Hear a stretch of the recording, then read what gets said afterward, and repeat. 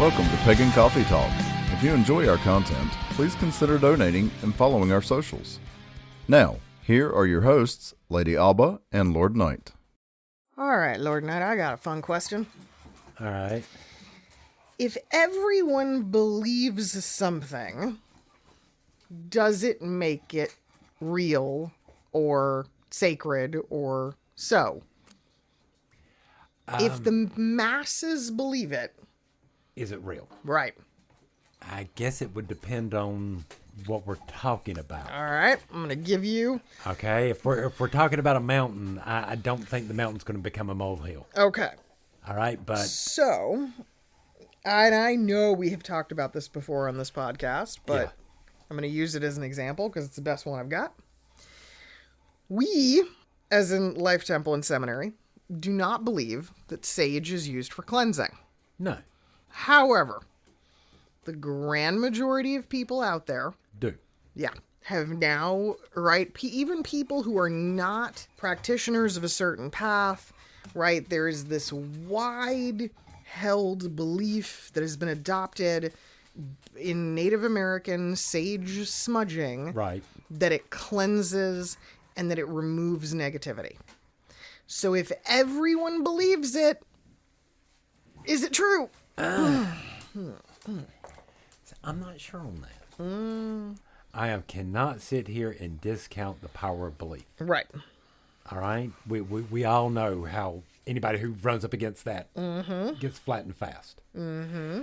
All right? I guess another way to look at it is if someone wants to use a rock, an herb, a thing inside of their ritual, but the advice about that item is different than what that person believes, if their belief is strong enough and their conviction is strong enough, does it matter?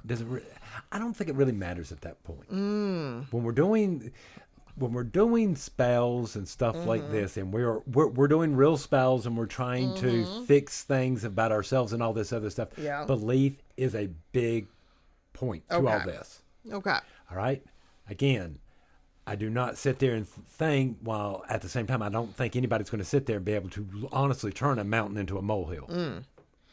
So here's where it becomes interesting, right? So as traditionalists, if we do not collectively, right, as a group, if we say, okay, we don't believe that sage cleanses. Right. Okay. And we meet someone who has been practicing solitary, practicing on their own for long periods of time, and they're doing this and they're used to doing it. And again, they believe that sage is doing this. What are we doing by imparting this knowledge? Are we bursting their bubble? Are we helping them? Are we hurting them? Or are we just giving them more information and then what they choose to do with it is up to them? I tend to go with the last one. Okay. Is what I tend to think is this is what I see of it, blah, Okay. blah, blah. Either you take it or you don't. Right. See, because I think there's been many instances where as traditionalists, I know I've experienced it firsthand, we feel like we're bursting someone's bubble. Right. Like, well, I know you've been doing that thing, but here's why that's probably not working. You're also dealing with the whole entire problem on this is, even you've said it, once you learn those mysteries, the luster sort of falls off. Yeah. But it's like, in a weird way, are we... I don't know. It really is, to me, it's a strange moment of, how do we approach that then? How do we do that without having it be devastating for someone? I mean, could you imagine that you've got so many people right now, they smudge their house all the time, right? They may not even be connected to any form of paganism or craft, but they've been doing this and doing this and doing this because for them, they think it feels good. They see a benefit. And then we come along and go, yeah, about that. Are we... Well, again, are we then the asshole, right? Are we the jerks because we took that away from them, or we've now caused we them are to those question? we right. are we are the I'm not saying we're not. We Yeah. are those jerks, but We're not doing it to be mean. Are you with me? Okay. We're not setting out to burst these people. But Right. I'm sorry. When you sit down and you ask me a question, what do? I give you an answer. Yeah. So here's the thing. If the question isn't asked, do we volunteer? I tend not to. I tend not to. Interesting. Now, don't get me wrong. When I'm sitting there and I'm at those rituals and the person pulls out the sage and they do the whole, I'm like, okay, whatever. I just kind of roll my eyes. You can probably tell from my body language that I'm not too into this. Yeah. But now, what about in an environment? Okay, because I love the what if game. Right. So let's say we had a guest at our temple, and they were maybe doing a demonstration or a teaching or class, practice, whatever. And they say something that really greatly contradicts something that we have been teaching our folks for as long as we can remember. Well, is this person in there teaching our folks, or there's just a general class at a gather or something like that? Let's assume they're teaching our folks. Oh, then there would be... No, in our tradition, this is what we believe and why. Okay, so you would nip it in the ass right then and there. Right. Okay. Because now we're talking about my tradition. Now, if we're out at a gather and somebody's doing it, I'm just going to keep my mouth shut. This is what this person... I cannot correct this person's speech. Okay. I don't want it done to me. Why would I do it to you? Okay. So it's basically the difference of, is it in my house Right. or not? Right. Okay. Yeah, because we see this a lot. Like sometimes we have newer folks who come to craft, and look, we always have a fine balance between, I think, the new, very exuberant, very gung-ho students, right, who have been practicing in their own way for however long, and they want to share, and they want to participate, and they want community. And then there are the other members who, in many instances, are just like, I don't know enough, so I'm not going to say anything. I'm going to keep my mouth shut. I'm just going to hang back. But a lot of times we see situations in that where all of a sudden we've got a neophyte, talking about something that we as a third maybe don't agree with. Right. Or so what do we do then? Are we steering the group? It's basically, how do we continue to encourage that person to speak and to participate, but also correct this thing that might confuse the hell out of everybody? Well, first of all, I think it's very important not to crush the original idea. Yeah. So again, it's hard. Again, it can be really difficult. I know, because you don't want to attack the idea. Right. Directly. Right. All right. What you want to do is here's what we believe and why. And so because we believe this doesn't work like that here. Right. And once we start breaking it down like that, either people are going to look at you going, I'm nuts, or that makes better sense. Okay. Because I'm still back at the end of the day. You have a choice. All right. People go to the doctor. You're going to the doctor to get his advice about your health. That's it. Is his professional advice. Doesn't mean you have to do it. You don't have to take the pills. You don't have to do the treatments if you don't want to. You can look at the doctor and go, no. But no, everybody thinks you have to. You're right. That makes an awful lot of sense. This is where these are sticky inner workings, though. Yeah, it's tough. But you don't listen. But people don't listen to what priests and priestesses and doctors say. Here is our advice. This is what we think. Right. And instead of taking it as what you think, they're taking it as some gospel or something because you have that title or you have that authority. But then there's also the other piece, which is the conflictual piece, where we can come across as either know-it-alls or difficult, or pick your adjective, right? We come pompous. That it's challenging because on one hand, any priest or priestess worth their salt is going to be willing to say, I don't know. there's a lot of gray, right? There's a lot of things I don't know the answer to, or I am unsure of. It could be this, it could be this. But now, when we get the pompous and stuff like that out, it really depends on where the other person is. If the other person is already angry over the thing, I know, but we come off as pompous. I don't think it's always that. I think sometimes we just have to come in very quickly to course correct. Right. And it seems like, or it can come across that we're kind of really contradicting that person or singling them out or something like that, you know? It can be a fine line that we have to kind of ride, because this day and age, so many people, they have experienced doing something, so they assume that that makes it correct. The neophyte is less likely to say, well, in my experience or in my opinion, to clarify that it's singular and it's not everybody. Right. That it, yeah. So I don't know. Like, we even had a quick one on Discord the other day. I'm using this just because it's the one that's right top of mind.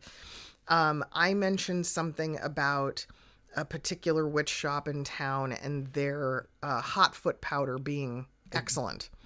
Someone else said, you know, what is hot foot powder? And a first degree beat me to it and said, well, it's when you want to get rid of someone. Right. Or I think they said, it's when you want someone to leave you alone. That's what they said. Is it? And I came back in. I gotta remember. Yeah. They said it's what you use when you want someone to leave you alone. And I had to come back in and say, well, more specifically, it's when you want to get rid of something or someone. It's not just to get somebody to leave you alone. But, you know, even writing that after the fact, one of the things that happens when you're a third is it shuts down the conversation. Because it's our word becomes the end word. And I'm like, that's not what I wanted to have happen. I would have loved for the discussion to continue. On. Yeah. It's just, we're putting a clarification in it. But no, you're right. It's hard for it to not come across as, Lady Alba just put her foot down and said what this thing is. And that's the end of the topic. No. I'm just trying to do my part to educate about the thing, you know. I mean, we didn't even get into, you know, the fact that it's not even our tradition. Hot foot powder it's voodoo. Yeah. Hence the reason I'm sitting there going, No. But it can be difficult. And again, this is where traditionalists, you know, we ride that line. People do think that we tend to be very black and white in the thinking. And I think the mistake is they don't realize that when we say something like that, that is what we're doing is we're saying, well, in my tradition, in our tradition, this is this and this is this. Yeah. Other people see it as, they just shit all over what I think or what I believe. They're being elitist. They know it all. Yes. And you're sitting back going, no, we're just saying this is what we believe. We're not, we didn't say you couldn't believe that. But this is what drives me up the wall is, why is it that if I believe in something and you believe in opposite, that means I have a negative connotation about it? You know what? Bravo. Because that's a damn good friggin' question. When did that happen? When did it become, if I say A and you say B, that means war? War. I mean, why do I automatically have to? Right. You're right. Just because it doesn't mean that we cannot continue a civil discussion. It doesn't mean that we can't continue to coexist. It doesn't mean... Yeah. I have no problem. If you're going to sit there and go, hey, this is what we believe in, blah, blah, blah, and this is why. Okay. Here, this is what we believe in, why we believe, blah, blah, blah. Right. Where are we similar? Where are we different? Nobody threw down a gauntlet. Not, it wasn't a challenge. But I see this happening more and more. It's kind of like, not trying to get political, it's like the whole immigration thing. Mm-hmm. If you're not for illegal immigration, you're against all immigration. That ain't... You know what? Abortion, it's the same thing. It's the same thing. You must pick a side. Why? Why Right. can't I just say this is me? If that's you, cool. I didn't say anything anti. Right. That's so funny. That's so accurate, though. But it makes no sense to me. Yeah. And again, we can even bring this up. It's like the whole initiation thing. Yes, we believe in it, but we're not setting our hair on fire because somebody else don't. But you're right. But this is where pagans, if we're being honest, this is where we are behind. We are behind because in every city, in just about every town, you have some sort of group or collective that is I'm forgetting the name right now, but basically it's a group where religious leaders from multiple religions come together every so often and mingle and talk. Okay. And maybe they do a little panel or a discussion, or they share their individual views on topics. And look, the Christians have been doing this for a long time. Jews, Muslims, all of your large mainstream religions have been doing this for a while. What is it? The Southern Baptist Convention? I don't even know. I mean, they have a big old convention each year. Yeah. You'll have, Lutherans and Methodists and Catholics and Baptists and Zionists all sitting down and just kind of talking. Yes, I can understand where people might say it's a little easier. Well, they all believe in the Bible. Yes. Yeah. But they're all interpreting certain components of it differently. Yeah. So that's a chance to have these open discussions. Pagans are a little behind on that. We have not yet gotten to the place where we sit down with multiple traditions and just say, we believe this about this. Oh, and we believe this about this. And just go, okay. And just hear it. No debating it, not to decide, is that right or is it wrong? Is it law? Is it canon? Who cares? Just to share. That's it. No. No, I mean, there's been plenty of times over the years I'm sitting here teaching classes going, here's what I know about Ravenwood and how they do this. Here's what I know Lord Lou and their group does. We've gotten, because I think, again, in that whole idea of a reclaiming religion, everybody's trying to claim or reclaim yes or no, right or wrong, do or don't. And it's like, shut up. We're never going to be able to do that. Your first day in class, the first words that come out of my mouth, I am going to teach you a way. A tradition, a way. Yep. Not the way. Mm-hmm. But we lose it. We lose sight of that. And then everybody gets into their weird little bickery whatevers.